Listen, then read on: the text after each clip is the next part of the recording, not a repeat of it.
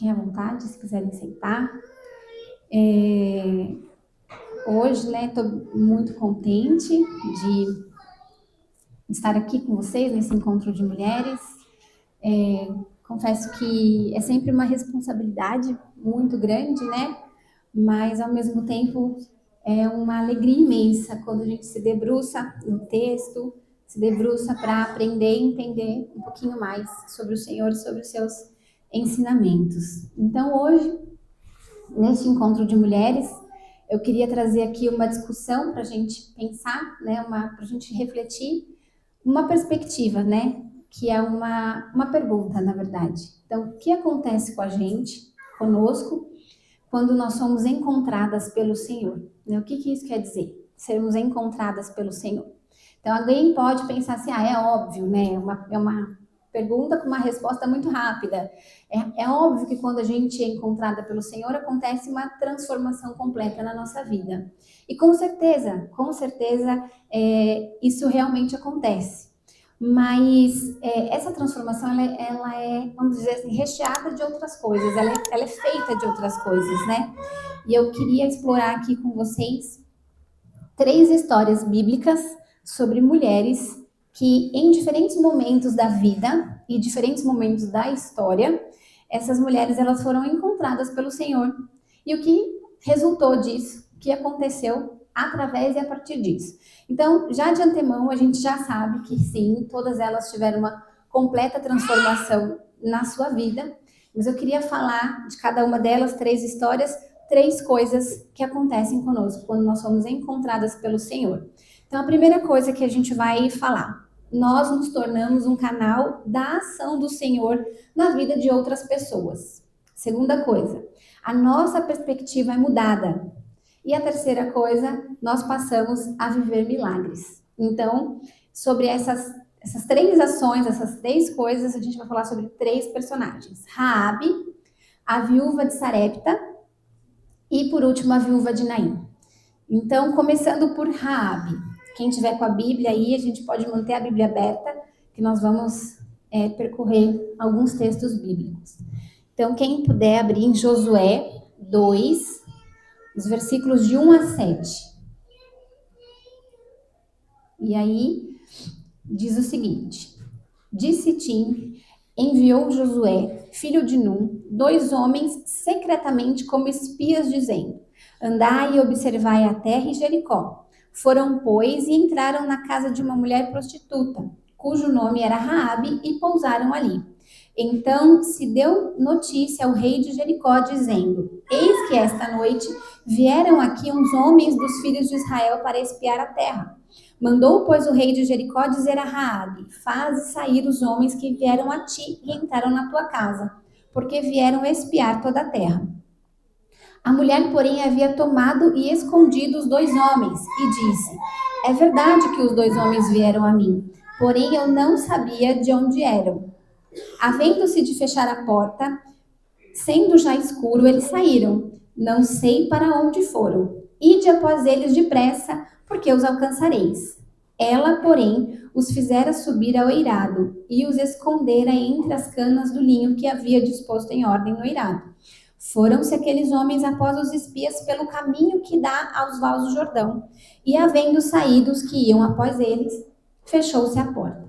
Então, qual que é esse contexto, né? Do que a gente está falando aqui? O que estava acontecendo nesse momento? Moisés havia morrido e Josué tinha acabado de assumir o seu lugar, né? E Josué estava conduzindo o povo na conquista para a Terra Prometida. Josué 1, capítulo 1, versículos de 1 a 2 vai dizer: sucedeu depois da morte de Moisés, servo do Senhor, que este falou a Josué, filho de Num, servidor de Moisés, dizendo: Moisés, meu servo, é morto. Dispõe-te agora, passa este Jordão, tu e todo este povo, a terra que eu dou aos filhos de Israel. Então, o que estava acontecendo nesse momento, né? Josué havia recebido uma promessa de avanço do Senhor, então uma promessa de conquista. O Senhor estava dizendo: eu estou contigo, para ele conquistar a terra prometida. E então, Josué, capítulo 1, versículo 9, o Senhor diz: não te mandei eu? Ser forte e corajoso. Não temas, nem te espantes, porque o Senhor teu Deus é contigo por onde quer que andares. Então, a primeira coisa que a gente vai falar é quando nós somos encontradas pelo Senhor, nós nos tornamos um canal da ação do Senhor na vida de outras pessoas. Josué 2, versículo 11, Raabe conhece quem é Deus. Ela reconhece, na verdade, quem é o Senhor. Diz o seguinte, ela diz: ouvindo isso, desmaiou-nos o coração, e em ninguém mais há ânimo algum por causa da vossa presença, porque o Senhor vosso Deus é Deus em cima nos céus e embaixo na terra. Não só, irmãos, não só Raabe, mas toda aquela cidade vivia um momento de decisão final. Eles estavam todos sobre um veredito de destruição. Eles conheciam o povo de Deus, eles sabiam aquela história. Eles sabiam o que estava prestes a acontecer ali naquele lugar. Comandados por Josué, a ordem era total destruição dos povos a serem conquistados. E estava sendo assim até então. Então a fama do povo chegava aos lugares que eles estavam prestes a conquistar, antes de qualquer outra coisa. Então, com a atitude de se comprometer com o povo de Deus, com a atitude de apoiar ali o povo de Deus, a Raabe estava garantindo a segurança dela, da sua casa e da sua família. Então, naquele momento, quando os espias vieram até a casa dela, ela se posicionou. Ela se posicionou e ela reconheceu a soberania do Senhor e se rendeu à autoridade de Deus.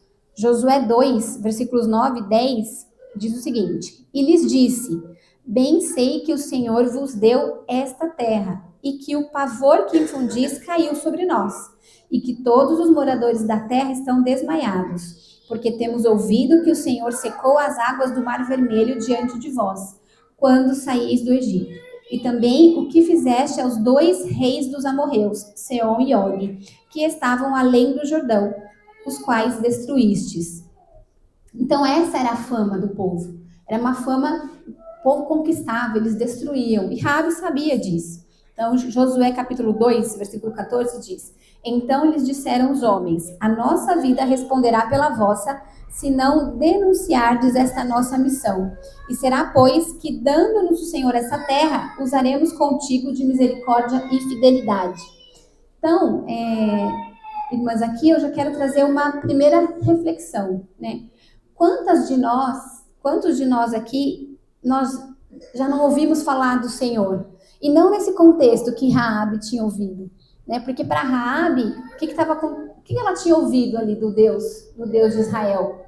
Que era um Deus que estava com o povo para as destruições, para as conquistas, né? Então, de repente até tinha medo, né? De repente até tinha um certo receio. Então, quantas de nós a gente já não ouviu falar do Senhor, mas não nesse contexto, mas a gente já ouviu falar do amor do Senhor, nós já ouvimos falar da salvação, nós já ouvimos falar do consolo, nós já ouvimos falar do acalento do Senhor. E embora a gente saiba, né, que tudo isso, né, ou a gente conhece alguém, tem aquela amiga, ou aquele familiar, que a gente já falou sobre tudo isso, né, quantas vezes a gente já não passou por isso, da gente ouvir ou de falar, né, e a gente foi ignorada, né, porque era o que estava acontecendo aqui. O povo estava ouvindo falar do Senhor, estava ouvindo falar o que o Deus de Israel fazia, e só parecia que só Raabe estava preocupada. Só ela enxergou, olha, o povo está desmaiado, o povo está com muito medo, mas também não fizeram nada de diferente. Ela se posicionou. Raabe quis ali se posicionar, né? Todos da cidade ouviram acerca do povo de Deus. Todos ali ouviram acerca do Deus que estava com eles.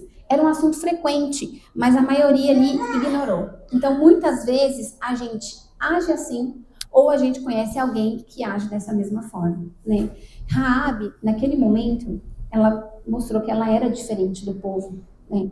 E aí eu quero trazer aqui uma reflexão para nós. Nós não somos o meio em que nós estamos inseridas. Assim como Raabe também não era o meio que ela estava inserida, né? Ela estava inserida em um povo de coração perverso, mas o seu coração se voltou para o Senhor no momento em que o Senhor a encontrou. Então, esse é o primeiro ponto, né, que a gente tem que pensar. O Senhor nos encontra em momentos em que nós precisamos agir, em momentos em que nós precisamos dar um passo de coragem e de fé. Josué 6, os versículos 21 a 24, diz o seguinte: tudo quanto na cidade havia, destruíram totalmente a fio de espada, tanto homens como mulheres, tanto meninos como velhos, também bois, ovelhas e jumentos. Então disse Josué aos 2 homens que espiaram a terra: entrai na casa da mulher prostituta e tirai-a de lá com tudo quanto tiver, como lhe jurastes. Então entraram os jovens, os espias, e tiraram Raabe, seu pai, e sua mãe, e seus irmãos, e tudo quanto tinha. Tiraram também toda a sua parentela e os acamparam fora do arraial de Israel. Porém a cidade e tudo quanto havia nela queimaram-no. Tão somente a prata, o ouro e os utensílios de bronze e de ferro deram para o tesouro da casa do Senhor. Mas Josué conservou com vida a prostituta Raabe e a casa de seu pai, e tudo quanto tinha, e habitou no meio de Israel até ao dia de hoje, porquanto esconderam os mensageiros que Josué enviara a espiar Jericó. Quando ela foi encontrada pelo Senhor, quando Raabe foi encontrada pelo Senhor, ela se tornou um canal da ação do Senhor na vida do povo de Israel, do povo de Deus e na vida da própria família. E quando a gente fala, né, irmãs, a gente comentou no começo que a gente falaria sobre a questão como que nós, ao sermos encontrados pelo Senhor, nós nos tornamos um canal, né, para a ação do agir do Senhor. E a gente falou que a segunda coisa que nós falaríamos é quando nós somos encontradas pelo Senhor, a nossa perspectiva ela é mudada. Então, quando a gente fala de perspectiva, Raabe certamente não tinha muitas perspectivas para si mesma ou para sua família. No entanto, quando ela agiu em obediência ao Senhor, sua perspectiva foi completamente mudada. Raabe passou a fazer parte do povo de Deus e foi citada, inclusive, na genealogia de Jesus. Quando a gente vai para Mateus, capítulo 1, os versículos de 1 a 5, eles, aliás, mais do que os 5, eles vão contando a genealogia de Jesus. O versículo 5 cita o seguinte: Salmão gerou de Raabe a Boaz, este de Ruth gerou a Obed, e Obed a Jessé. E a gente sabe, né, que o fio vai longe até chegar em Cristo. Raabe foi mãe de Boaz, e todos nós conhecemos a história de Boaz. Boaz foi o remidor de Ruth. E aí se deu a história, né? Então, Raabe é citada em Hebreus 11, 31, como uma heroína da fé. E ela é citada em Tiago como sendo um modelo de ética e de comportamento. Então, ela foi dada a... Raabe foi um canal de ação do Senhor e teve a perspectiva dela, da vida dela e das gerações que viriam a partir dela transformada. A gente não sabia, nós não podemos dizer, na verdade, se caso isso não tivesse acontecido, se a história de Raabe seria mencionada na Bíblia, mas eu imagino que não. Então ela teve a perspectiva transformada. Quando a gente fala de perspectiva transformada, a gente passa para a segunda coisa que acontece conosco quando nós somos encontradas pelo Senhor. A nossa perspectiva geral da nossa vida é transformada. E para isso eu queria que a gente meditasse na história da viúva de Sarepta. Primeiro livro dos Reis, capítulo 17. A gente vai permear esse texto. Versículos 8 e 9. Então lhe veio a palavra do Senhor dizendo: dispõe-te e vai a Sarepta, que pertence a Sidom, e demora-te ali, onde ordenei a uma mulher viúva que te dê comida. Então, pensando nesse momento, nesse contexto aqui dessa palavra, o que estava acontecendo? O Senhor deu uma ordem para o profeta Elias, e naquele momento o Senhor estava cuidando particularmente de Elias, né? O profeta Elias tinha acabado de confrontar o rei Acabe, e o Senhor havia ordenado que ele se escondesse. 1 Reis 17, 2, 4 diz o seguinte: veio-lhe a palavra do Senhor dizendo: retira-te daqui, vai para o lado oriental e esconde-te junto à torrente de Querite, fronteira do Jordão. Beberás da torrente, e ordenei aos corvos que ali mesmo te sustentem. Então, Elias estava sendo particularmente cuidado. Ele tinha comida, ele tinha bebida e ele estava confortavelmente seguro ali naquele lugar, junto à torrente de Querite. Então, naquele momento, Elias também estava vivendo um aprendizado com Deus, né? O rei Acabe havia se tornado o pior sobre Israel. 1 Reis 16:30 diz o seguinte: fez Acabe, filho de Onri, o que era mal perante o Senhor, mais do que todos os que foram antes dele, e foram bastante, né? Passou, né? Teve água para escoar aí quando chegou Acabe. Acabe havia se casado com Jezabel, e Jezabel havia instituído a religião, né, de Baal como um deus sobre a nação. Então era totalmente pagão, não tinha nada a ver com o povo de Deus, não tinha nada a ver com o Senhor, né, de Israel. Então, dentro desse contexto, o Senhor levanta Elias. E naquele momento, o Senhor estava sustentando ele, porque ele também precisava dessa segurança de Deus, né? Porém, o próprio Elias, ele foi atingido pela palavra que ele tinha proferido para Acabe. 1 Reis 17:7 diz: mas passados os dias, a torrente secou, porque não chovia sobre a terra. Então, o que estava acontecendo? Aquele momento, né, sobre a terra, era um momento de crise. Era um momento que o rei Acabe tinha recebido do profeta Elias a seguinte declaração, de que não iria chover. E por que não iria chover? Baal, como divindade, era conhecido como o deus da tempestade, o deus da chuva. E aí o profeta Elias falou: sobre a palavra não irá chover.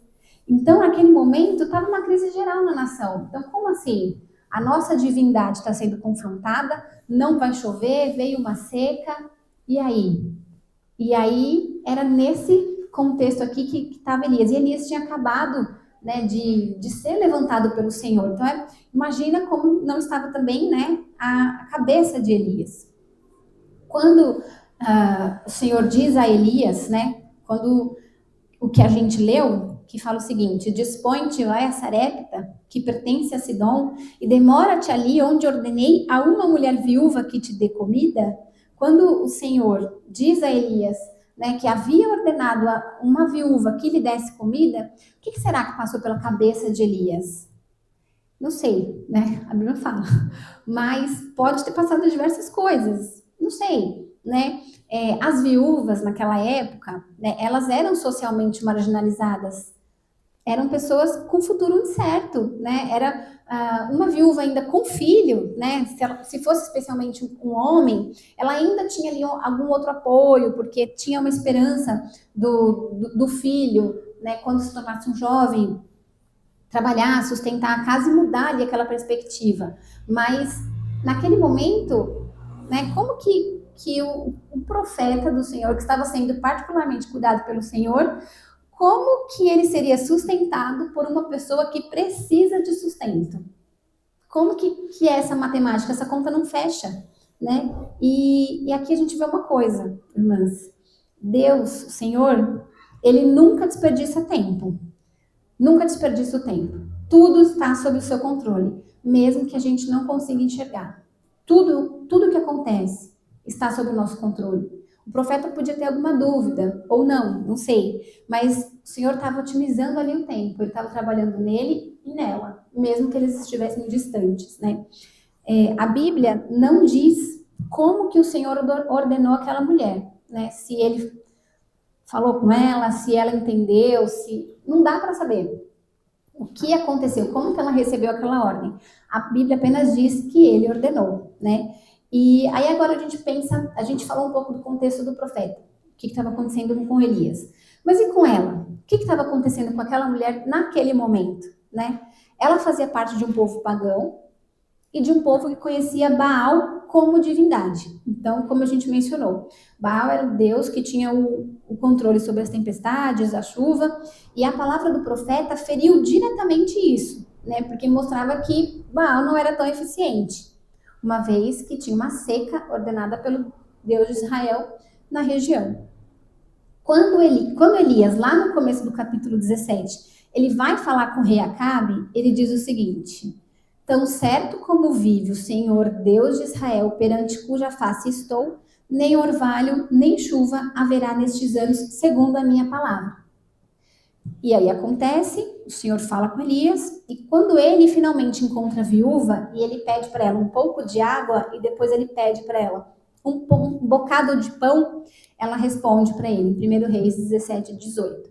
Porém, ela respondeu, tão certo como vive o Senhor, teu Deus, nada tenho cozido. Há somente um punhado de farinha numa panela e um pouco de azeite numa botija.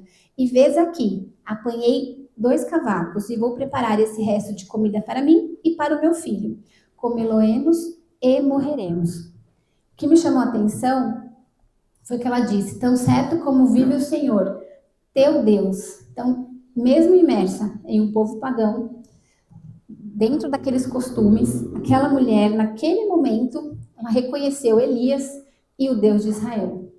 Então, também não sei, né, se isso já era algo da palavra que o Senhor falou, que ele ordenou aquela mulher, não sei, mas ela reconheceu ali Elias e reconheceu o Senhor, Deus de Israel. Então, novamente, eu queria chamar a atenção das irmãs para um ponto. Assim como foi com Raabe, aquela mulher não era o meio em que ela vivia.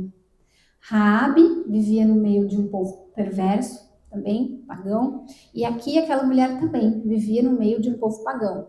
Assim, então, ambas ali não era o meio que vivia. E assim como nós também. Nós hoje, nós também não somos o meio em que nós vivemos. Né? Nós, mulheres, também não somos um resultado, um produto do meio que a gente vive. Quando aquela mulher encontrou o profeta, ela estava sem perspectiva. E quando ele recebeu a ordem do Senhor, ele foi para Sarepta, profeta Elias. 1 Reis 17, do 10 ao 12, diz o seguinte: Então ele se levantou e se foi a Sarepta. Chegando à porta da cidade, estava ali uma mulher viúva apanhando lenha. Ele a chamou e lhe disse: Traze-me, peço-te uma vasilha de água para eu beber. Indo ela buscá-la, ele chamou e lhe disse: Traze-me também um bocado de pão na tua mão. Porém ela respondeu: Tão certo como vive o Senhor teu Deus, nada tenho cozido.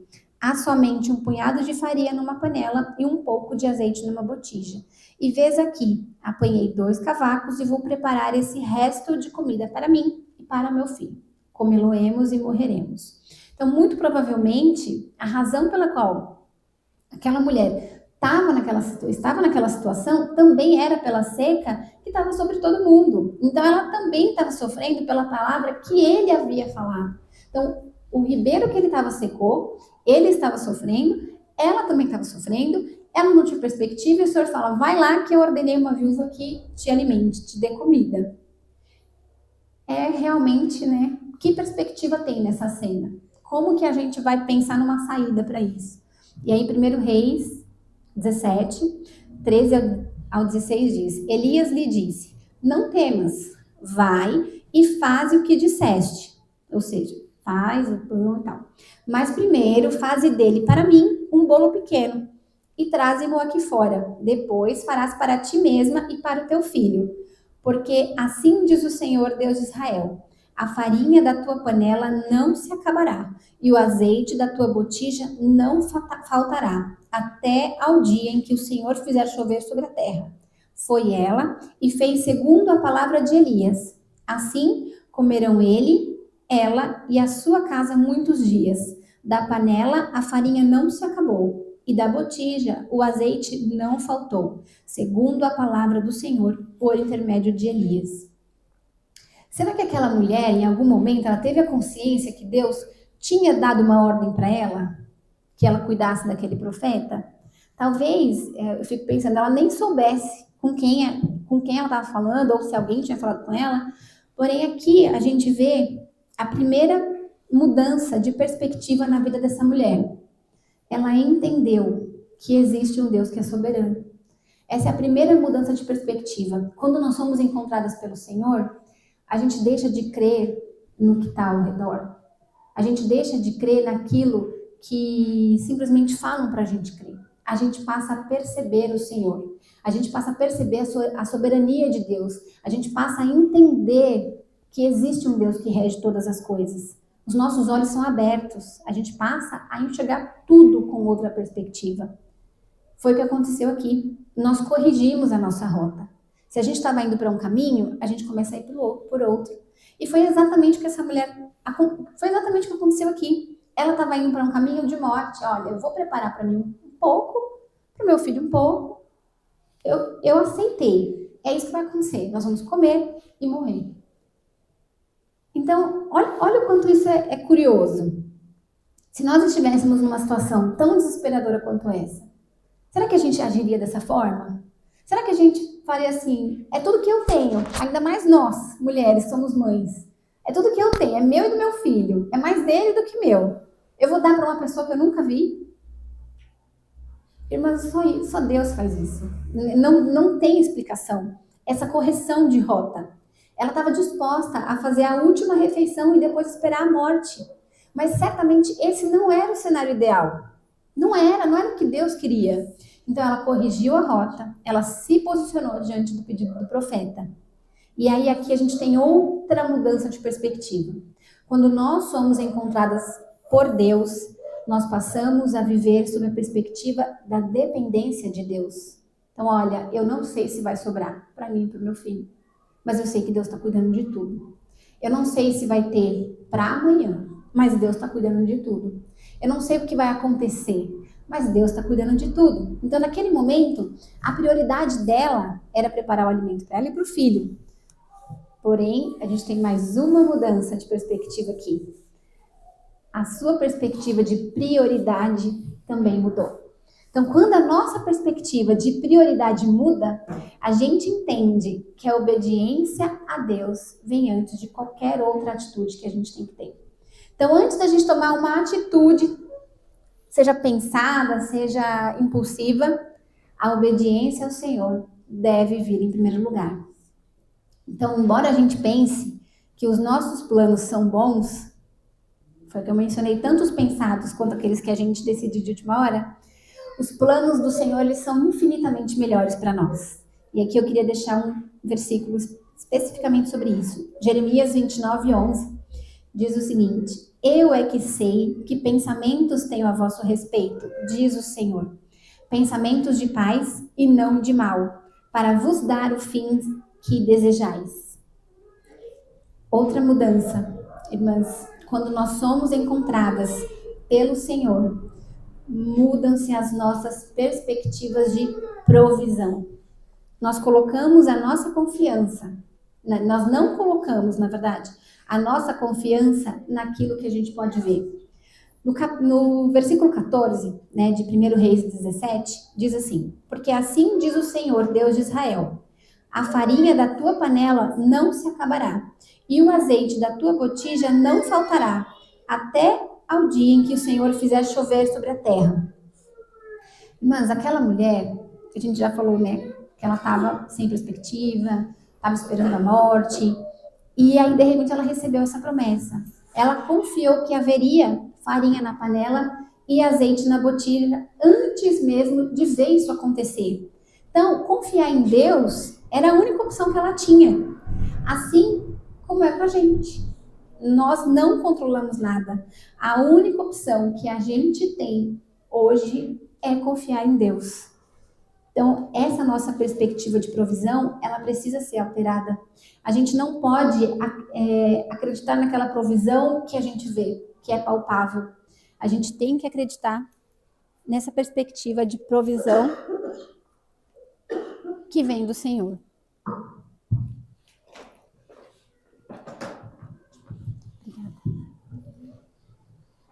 E aí tem mais uma mudança que acontece aqui.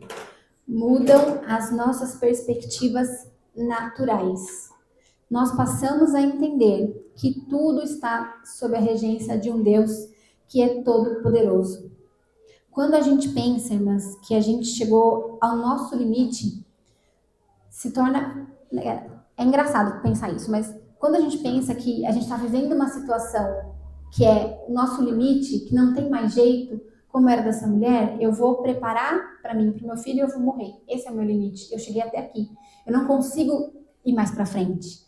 Quando a gente chega nesse momento, a gente percebe que aquilo que a gente imaginava que era o nosso limite, que era para nós assim, até aqui eu vou, a gente percebe que em vez de ser o nosso limite, é só mais um capítulo da nossa história. Foi isso que aconteceu com essa mulher aqui. Aquilo que ela achou que era o limite, que não tinha mais para onde ir, se transformou em mais um capítulo da história. Por algum momento, aquela mulher ela pode ter pensado que ela estava vivendo a pior crise que ela já tinha visto. Ela estava disposta a esperar a morte com o seu filho e, de repente, um encontro que ela tem muda toda a sua vida e ela pode descansar. Porque da panela a farinha não se acabou e da botija o azeite não faltou. Aí a gente volta para o tal do limite, né? Que a gente sempre pensa nisso, principalmente a gente, né? De novo, nós mulheres mães, a gente sempre pensa, né? No que dá, né? Ali, a gente sempre pensa em uma situação, duas situações, a gente vai mapeando todas as situações. 1 Reis 17 a 19 diz: depois disto, ou seja, depois da crise que ela passou, depois da provisão que ela recebeu do Senhor, depois disso, adoeceu o filho da mulher, da dona da casa. E a sua doença se agravou tanto que ele morreu. Então disse ela a Elias: que fiz eu, ó homem de Deus? Vieste a mim para trazeres à memória a minha iniquidade e matares o meu filho? E ele lhe disse: dá-me o teu filho. Tomou-o dos braços dela e o levou para cima ao quarto, onde ele mesmo se hospedava, e o deitou em sua cama. Mas imagina isso, né? Depois do que eles superaram enquanto família, passaram pela crise, tiveram a resposta do Senhor, o filho dela adoece e morre. E o profeta ainda está na casa dela. Quando essa viúva, ela questiona Elias, ela traz à tona a ideia de que o sofrimento, ele é unicamente uma consequência. Então, Deus está me punindo. Você veio aqui lançar ao rosto a minha iniquidade. Foi para isso. Então, quantas vezes a gente não faz isso também? A gente viveu uma experiência com Deus, a gente foi encontrada pelo Senhor, a gente sabe o que isso significa, mas novamente, quando a gente se vê num período de dificuldade, a nossa primeira reação é achar que o Senhor, ele está nos punindo, ou a gente está sofrendo, e isso é unicamente uma consequência por algo que a gente fez, né? E certamente, e como a gente sabe, porque a gente conhece a história, aquele episódio da morte do filho foi apenas para reforçar na vida daquela mulher que o Senhor está acima de todas as coisas e que é dele a regência sobre tudo. O Senhor não quer que a gente sofra, não quer que soframos, mas ele quer que a gente entenda que a gente tem que depender totalmente e unicamente dele. 1 Reis 17, 20 a 24, diz o seguinte: então clamou ao Senhor e disse: ó Senhor meu Deus, também até a esta viúva com quem me hospedo afligiste, matando-lhe o filho? Esse é o profeta orando. E estendendo-se 3 vezes sobre o menino, clamou ao Senhor e disse: ó Senhor meu Deus, rogo-te que faças a alma deste menino tornar a entrar nele. O Senhor atendeu a voz de Elias, e a alma do menino tornou a entrar nele e reviveu. Elias tomou o menino e o trouxe do quarto à casa, e o deu à sua mãe, e lhe disse: vê, teu filho vive. Então a mulher disse a Elias: nisto conheço agora que tu és homem de Deus, e que a palavra do Senhor na tua boca é verdade. Este, irmãs, foi o primeiro caso de ressurreição registrado na Bíblia. Nunca tinha acontecido até então. Então, imagina o quanto foi impactante para o profeta Elias e para aquela mãe, para os dois, né? Somente depois daquela experiência com o filho, especificamente, foi que aquela mulher reconheceu de fato o Senhor como soberano. No versículo 24, ela disse: nisto conheço agora que tu és homem de Deus e que a palavra do Senhor na tua boca é verdade. A experiência que aconteceu ali naquele momento, lembra que a gente comentou que o Senhor nunca desperdiça tempo? Ele sempre está agindo, ele sempre está no controle de tudo. Aquela experiência que aconteceu com essa mulher também transformou a vida do profeta Elias. Trouxe amadurecimento para ele. Ele também mudou as suas próprias perspectivas. Então, assim como Raabe foi um canal de ação do Senhor na vida do povo e na vida da família, aquela viúva também foi um canal do Senhor para a vida do profeta Elias. Então, quando nós somos encontradas pelo Senhor, nós nos tornamos um canal da ação do Senhor na vida de outras pessoas. E 2, temos as nossas perspectivas mudadas. E aí a gente está caminhando por terceiro ponto que a gente vai abordar. Quando nós somos encontradas pelo Senhor, nós passamos a viver milagres, assim como aquela viúva tinha acabado de viver. Então, a gente vai para a história da viúva de Naim, que está em Lucas, capítulo 7. E nós vamos fazer a leitura de 3 versículos por enquanto, do 11 ao 13. Diz o seguinte: Em um dia subsequente, dirigia-se Jesus a uma cidade chamada Naim, e iam com ele os seus discípulos e numerosa multidão. Como se aproximasse da porta da cidade, eis que saía o enterro do filho único de uma viúva, e a grande multidão da cidade ia com ela. Vendo-a, o Senhor se compadeceu dela e lhe disse: Não chores. Então, novamente, aqui a gente vê uma viúva em uma situação de nenhuma esperança, mas que está prestes a viver um encontro com o Senhor. E aqui, irmãs, eu quero destacar para vocês uma lição muito importante. O nosso Deus, o Deus a quem a gente serve, ele enxerga os improváveis. Tanto Raabe quanto a viúva de Sarepta, como a viúva de Naim, eram pessoas improváveis, que para a sociedade elas estavam marginalizadas. Mas o nosso Senhor enxerga os improváveis, assim como eu fui enxergada, vocês foram enxergados, todas nós, né? Nós fomos encontradas pelo Senhor.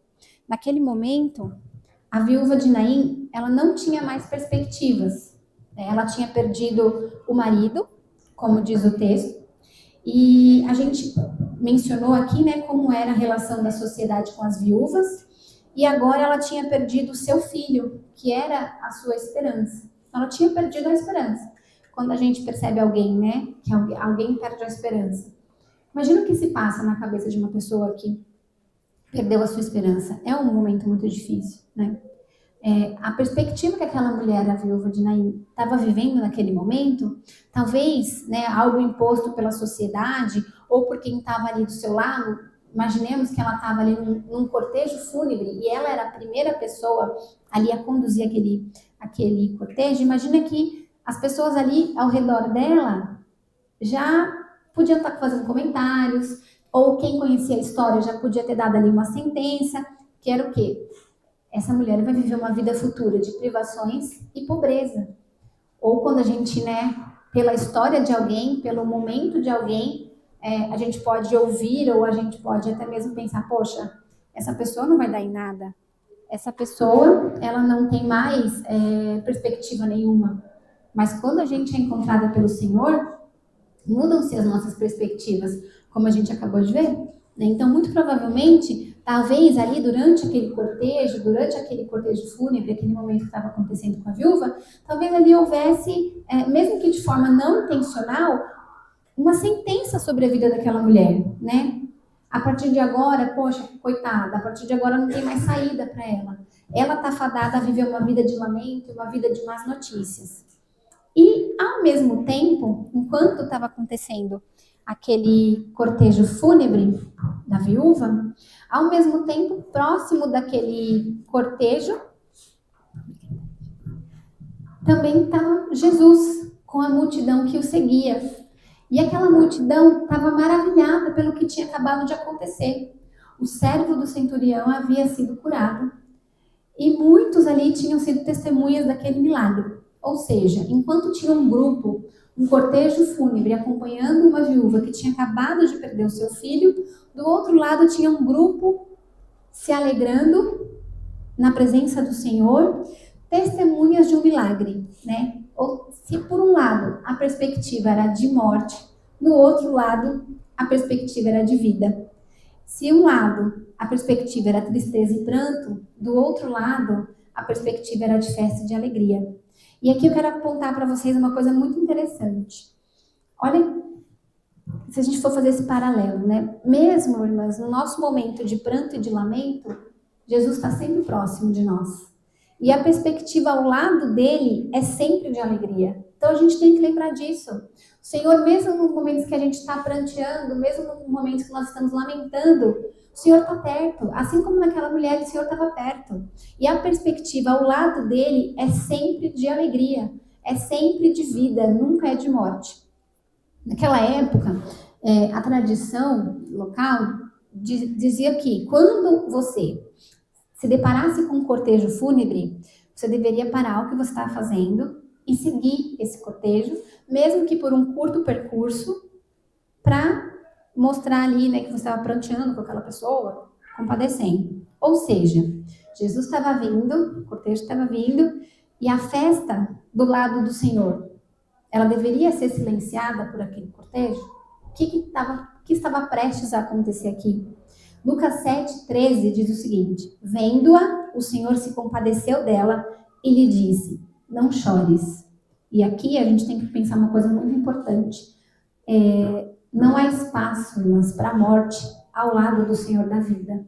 E aí essa morte, não só morte física, mas a gente pode pensar em morte de sonhos, em morte de projetos, em morte de planos, né? Quando a gente abre mão, entrega os pontos, vamos dizer assim, não há espaço para isso ao lado do Senhor. O Senhor é aquele que dá vida, Ele dá vida aos nossos sonhos, Ele dá vida aos nossos projetos, Ele dá vida aos nossos anseios, aquilo que a gente tem guardado dentro de nós e de repente ninguém sabe. Naquele momento, como está mencionado aqui em Lucas 7,13, Jesus muda a perspectiva da mãe enlutada. Assim que ele fala com ela, ele fala: não chores. E essa frase, né, que Jesus fala para ela, carrega tanta coisa que a gente poderia ficar falando horas só sobre essa pequena frase, que ele chega nela e fala assim, ó, não chores. Às vezes a pessoa pode falar, mas como assim não chora? Olha o que está acontecendo, como que não chora, né? E o Senhor, Ele nunca estará indiferente ao nosso sofrimento. Naquele momento, Jesus sabia o que viria a seguir. Por isso, Ele podia dizer seguramente para aquela mulher, não chora. Ele sabia o que estava acontecendo. Ele sabia o que viria a seguir. Tanto que Lucas 7, do 14 ao 17, diz o seguinte: chegando-se, tocou o esquife e parando os que o conduziam, disse: jovem, eu te mando, levanta-te. Sentou-se o que estivera morto e passou a falar. E Jesus o restituiu à sua mãe. Todos ficaram possuídos de temor e glorificavam a Deus, dizendo: grande profeta se levantou entre nós, e Deus visitou o seu povo. Esta notícia a respeito dele divulgou-se por toda a Judeia e por toda a circunvizinhança. Então aqui, mas eu quero trazer um alerta para nós, né? Jesus quer que a gente mude a nossa perspectiva no hoje, porque Ele sabe como vai ser o nosso amanhã. Quando Ele chega nessa mãe e Ele fala, não chora, é porque Ele sabia o que estava prestes a acontecer. Então, quando a gente está passando por um problema pessoal ou um problema familiar, e aí a gente recebe uma palavra de alguém falando assim, olha, não fica assim, o Senhor vai transformar, o Senhor vai entrar, né? Você vai conseguir. E a gente pensa assim, tá falando isso para mim porque não sabe o que está acontecendo. Mas não é verdade. É porque o Senhor sabe como vai ser o nosso amanhã. Essa palavra, ela é viva. E quando o Senhor fala não chores, é porque Ele sabe o que vai acontecer conosco no nosso amanhã. Onde existe a ausência, o Senhor traz a existência. Que foi o que aconteceu com essa mulher. Ali estava acontecendo a ausência da vida do filho. Aquele menino estava morto. E o Senhor trouxe a existência. Naquele momento, o morto não podia ouvir. Senão, ele teria ouvido todo aquele lamento, todo aquele cortejo que estava acontecendo. Mas ele obedeceu à voz de Jesus. E a Bíblia diz que sentou-se o que estivera morto e passou a falar. E Jesus o restituiu à sua mãe. A Bíblia não fala o que ele falou, mas ele, na hora que Jesus falou com ele sentou e começou a falar. Para o nosso Deus, todos nós estamos vivos. Não há barreiras, né? E todos nós, para o Senhor, somos possíveis. A gente não está anulado, né? Ou como diz hoje, né? Na linguagem de hoje, nós não estamos cancelados perante o Senhor, né? Todos nós temos valor, nós somos possíveis. Seja o que for que nós estivemos passando, ou que nós passamos, não tem nada que nos deixe invisíveis para o Senhor, ou que o Senhor fique indiferente a nós. Para nós, que fomos encontradas pelo Senhor, há esperança mesmo diante da morte. Então, quando nós somos encontradas pelo Senhor, o milagre conosco acontece na hora. Na hora, o Senhor altera tudo.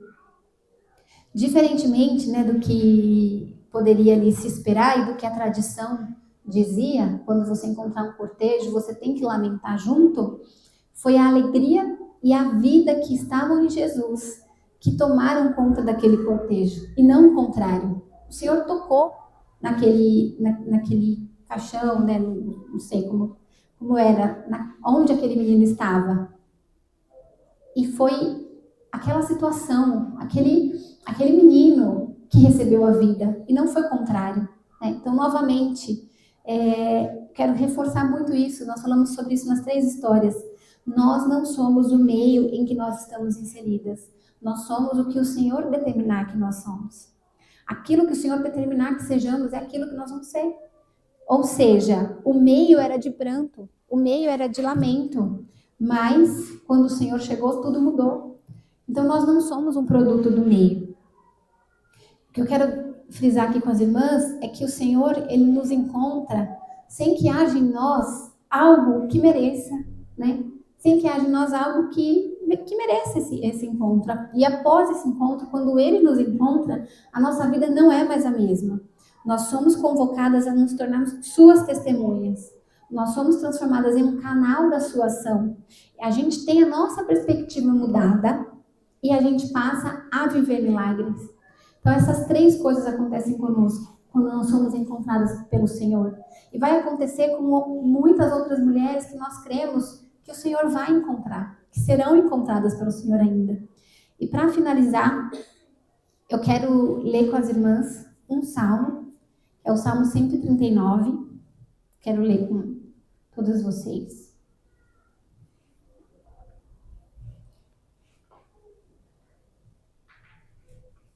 Que diz assim: Senhor, tu me sondas e me conheces. Sabes quando me assento e quando me levanto. De longe penetras os meus pensamentos. Esquadrinhas o meu andar e o meu deitar, e conheces todos os meus caminhos. Ainda a palavra me não chegou à língua, e tu, Senhor, já a conheces toda. Tu me cercas por trás e por diante, e sobre mim pões a mão. Tal conhecimento é maravilhoso demais para mim. É sobremodo elevado, não o posso atingir. Para onde me ausentarei do teu espírito? Para onde fugirei da tua face? Se subo aos céus, lá estás. Se faço a minha cama no mais profundo abismo, lá estás também. Se tomo as asas da alvorada e me detenho no confim dos mares, ainda lá me haverá de guiar a tua mão, e a tua destra me susterá. Se eu digo, as trevas com efeito me encobrirão, e a luz ao redor de mim se fará noite, até as próprias trevas não te serão escuras. As trevas e a luz são a mesma coisa. Pois tu formaste o meu interior, tu me teceste no seio de minha mãe. Graças te dou, visto que por modo assombrosamente maravilhoso me formaste. As tuas obras são admiráveis, e a minha alma o sabe muito bem. Os meus ossos não te foram encobertos quando no oculto fui formado e entretecido como nas profundezas da terra. Os teus olhos me viram a substância ainda informe, e no teu livro foram escritos todos os meus dias, cada um deles escrito e determinado, quando nenhum deles havia ainda. Que preciosos para mim, ó Deus, são os teus pensamentos, e como é grande a soma deles. Se os contasse, excedem os grãos de areia. Contaria, sem jamais chegar ao fim. Tomara, ó Deus, desses cabo do perverso. Apartai-vos, pois, de mim, homens de sangue. Eles se rebelam insidiosamente contra ti, e como os teus inimigos falam malícia. Não aborreço eu, Senhor, os que te aborrecem? E não abomino os que contra ti se levantam? Aborreço-os com ódio consumado. Para mim, são inimigos de fato. Sonda-me, ó Deus, e conhece o meu coração. Prova-me e conhece os meus pensamentos. Vê se há em mim algum caminho mau e guia-me pelo caminho eterno. mas o Senhor nos encontrou e nós pertencemos a Ele. Que nós nunca nos esqueçamos disso. Que Deus abençoe todos vocês.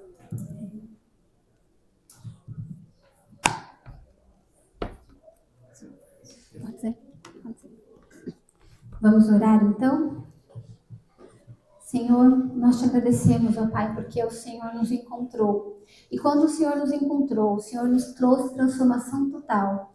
O Senhor faz com que nós sejamos, Senhor, canal da atuação na vida dos nossos familiares, na vida dos nossos amigos, na vida daqueles que interagem conosco. O Senhor também mudou as nossas perspectivas. Hoje nós temos uma perspectiva de vida e não de morte. Hoje nós podemos sonhar, Senhor, certos de que o nosso amanhã está nas tuas mãos e que o Senhor já está lá cuidando de tudo para nós. E o Senhor também faz com que nós vivamos milagres. Nós podemos crer, Senhor amado, no sobrenatural, porque o Senhor está conosco. Pai, muito obrigada, Senhor, porque o Senhor nos mantém seguras, o Senhor tem cuidado de nós e o Senhor tem nos levantado, Senhor, como diferenciais nesta geração. Pai, que nós possamos ter o coração cada dia mais voltados a Ti, Senhor, e que nós nunca nos esqueçamos que nós somos encontradas por Ti. Nós pertencemos a Ti, Senhor, nós somos Suas testemunhas. Que tudo aquilo, Senhor, que o Senhor tem feito por nós possamos contar e nós possamos falar da Tua grandeza, nós possamos falar do Teu amor, nós possamos falar da Tua graça, da Tua misericórdia, Senhor, para quem nós encontrarmos. Dá-nos, Senhor, oportunidades de testemunhar a seu favor. Dá-nos, Senhor, oportunidades de contar tudo aquilo que o Senhor tem feito por nós. Dá-nos, Pai, oportunidade de falar da Tua palavra para outras mulheres, para que elas também sejam encontradas por Ti. Muito obrigada, Senhor, por tudo que o Senhor tem feito em nossas vidas e por tudo que o Senhor ainda fará por meio de nós. Em nome de Jesus. Amém.